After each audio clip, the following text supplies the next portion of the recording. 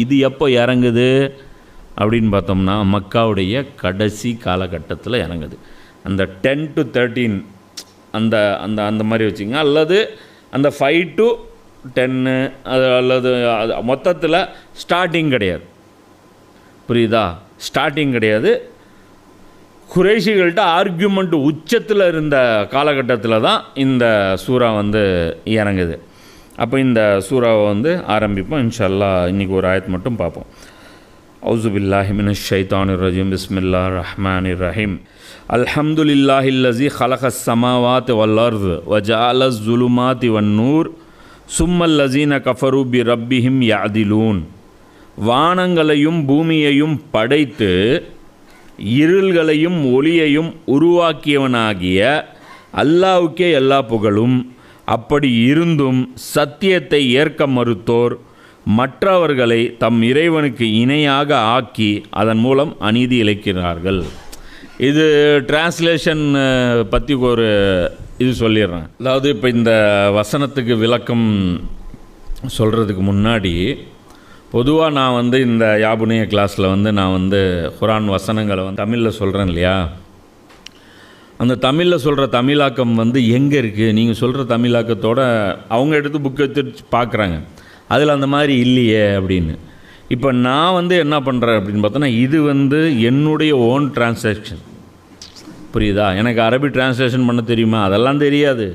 ஆனால் ஓரளவுக்கு ஒரு வார்த்தை நெட்டில் போட்டு அடித்து இதோடைய மீனிங் என்ன, இந்த இடத்துல அது என்ன மீன் பண்ணுதுங்கிற அளவுக்கு இன்றைக்கி டெக்னாலஜி இருக்குது.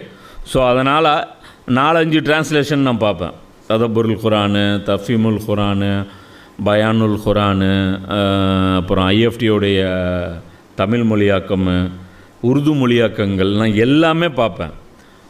உருதுவில் ஒன்று போட்டிருப்பாங்க, தமிழில் இவங்க ஒன்று போட்டிருப்பாங்க. ஸோ இது எல்லாம் பார்த்து கம்பைன் பண்ணி நான் ஒரு டிரான்ஸ்லேஷன் எல்லாத்துலேருந்தும் சேர்த்து கலந்து நான் எழுதுவேன். புரியுதா? அது எப்படி இருக்கும் அப்படின்னா, நான் சொல்லக்கூடிய அந்த அரபி மத்தனுக்கு அது ஃபிட் ஆகும். இப்போ உதாரணத்துக்கு இன்றைக்கி இந்த வசனமே எடுத்திங்கன்னா அது மாதிரியான ஒரு வசனம் தான். இப்போ உதாரணத்துக்கு அல்ஹம்துலில்லாஹ் அல்லஸி, புரியுதுங்களா? இதில் எந்த இதுவும் எல்லாவுக்கே அல்லா புகழும். அல்லஸி ஹலகஸ் ஸமாவாத்த வல் அர்த், அவனே வானங்களையும் பூமியையும் படைத்தான். வஜஅல ஸுலுமாத்தி வன் நூர், அவன்தான் இருள்களையும் ஒளியையும் உருவாக்கினான். புரியுதா? சிம்பிளாக இருக்குது. சும்மா பின்னர் அல்லஸீன கஃபரு, இருந்தாலும் நீங்கள் நிராகரிக்கிறீர்கள். பிரப்பிஹிம் யாதிலூன், உங்களுடைய இறைவனுக்கு நீங்கள் நீதி செலுத்துவதில்லை. அதில் அப்படின்னா நீதின்னு அர்த்தம். இதான மீனிங்கு. எல்லாரும் இந்த இடத்துல என்ன மொழிபெயர்த்திருக்காங்க? இறைவனுக்கு நீங்கள் இணை கற்பிக்கிறீர்கள் அப்படின்னு மொழிபெயர்த்திருக்காங்க. அதுவும் கரெக்டு தான். ஏன் அப்படின்னா, இணை கற்பிப்பது தான், அதாவது அநீதியிலே மிகப்பெரிய அநீதி அது அல்லாஹ்வுக்கு இணை கற்பிப்பது தான். ஸோ அந்த மீனிங் அவங்க கொண்டு வந்திருக்காங்க. நான் என்ன பண்ணியிருக்கேன்? மற்றவர்களை தம் இறைவனுக்கு இணையாக ஆக்கி அதன் மூலம் அநீதி இழைக்கிறார்கள் அப்படின்னு நான் ஒரு சென்டென்ஸ் கொண்டு வரேன். இப்போ இன்னும் சிம்பிளாக புரியுதா இல்லையா? ஆக்சுவலாக அங்கே என்ன இருக்குது? பிரப்பிஹிம் யாதிலூன், இதுதான் இருக்குது. பிரப்பிஹிம், இறைவனுக்கு, யாதிலூன், நீதி செலுத்துவதில்லை. இதுதான் அதில் மீனிங் வரும். இறைவனுக்கு என்ன நீதி? இறைவனுக்கு ஏதாவது பஞ்சாயத்து இருக்கா? ஏதாவது லேண்டு டிஸ்பியூட் இருக்கா நாம் போய் நீதி செலுத்துறதுக்கு? ஆனால் அங்கே அல்லாஹ் என்ன சொல்கிறான்? இவ்வளோ நான் செஞ்சுருக்கேன், ஆனால் எனக்கு இவங்க நியாயமாக நடந்துக்க மாட்டேங்கிறாங்க, நீதி செலுத்த மாட்டேங்கிறாங்க. அப்போ இந்த இடத்துல அல்லாஹ் எதை மீன் பண்ணுறான் அப்படின்னா, ஷிர்க்கு தான் அங்கே அல்லாஹ் மீன் பண்ணுறான். அப்போ இதில் இப்போ இந்த வசனத்துலேருந்து நம்ம இன்னொரு விஷயமும் புரிஞ்சிக்க வேண்டியிருக்கு. என்ன அப்படின்னா, இந்த மக்கா காஃபிர்கள் இருக்கான் பாருங்க, இவங்க அல்லாஹ் அப்படின்னு ஒரு கடவுள் இருக்கிறத நம்பக்கூடியவங்க. அதனால தான் இது சொல்லும்போது யாரும் அப்ஜெக்ஷன் பண்ணலை. அந்த அல்லாஹ் அப்படிப்பட்டவன்கிறதும் அவங்களுக்கு தெரியும். அவன் வானத்தையும் படைத்தான், பூமியையும் படைத்தான் என்பதை இவர்கள் ஏற்றுக்கொண்டவர்கள். அதுக்கப்புறம் அல்லாஹ் என்ன சொல்கிறான்? அல்ஹம்துலில்லாஹில்லஸீ ஹலகஸ் ஸமாவாத்த வல் அர்த் வ ஜஅல ஸுலுமாத்தி வன் நூர் சும்மல்லஸீன கஃபரு, பிறகு அவர்கள் நிராகரித்தார்கள். இது என்ன மாதிரியான நிராகரிப்பு? அல்லாஹ் வானத்தை படைத்தவன் அல்லாஹ், பூமியை படைத்தவன் அல்லாஹ், இருளை படைத்தவன் அல்லாஹ், ஒளியை படைத்தவன் அல்லாஹ், இது எல்லாமே அவங்க நம்புகிறாங்க, ஆனால் நிராகரிக்கிறாங்க. அப்போ எதை நிராகரிக்கிறாங்க? ரசூலும் நிராகரிக்கிறாங்க. கான்ஃப்ளிக்டே ரசூல் தான். எப்பயுமே நீ எந்த மதம் வேணாலும் எடுத்துப்பார், அல்லாவுக்கு பஞ்சாயத்தே இருக்காது, ரசூலுக்கு தான் பஞ்சாயத்து. புரியுதா? இங்கே தேவ் அப்படின்னா கடவுள், மகாதேவ் அப்படின்னா மிகப்பெரிய கடவுள், அல்லாஹு அக்பர், அதான் அது.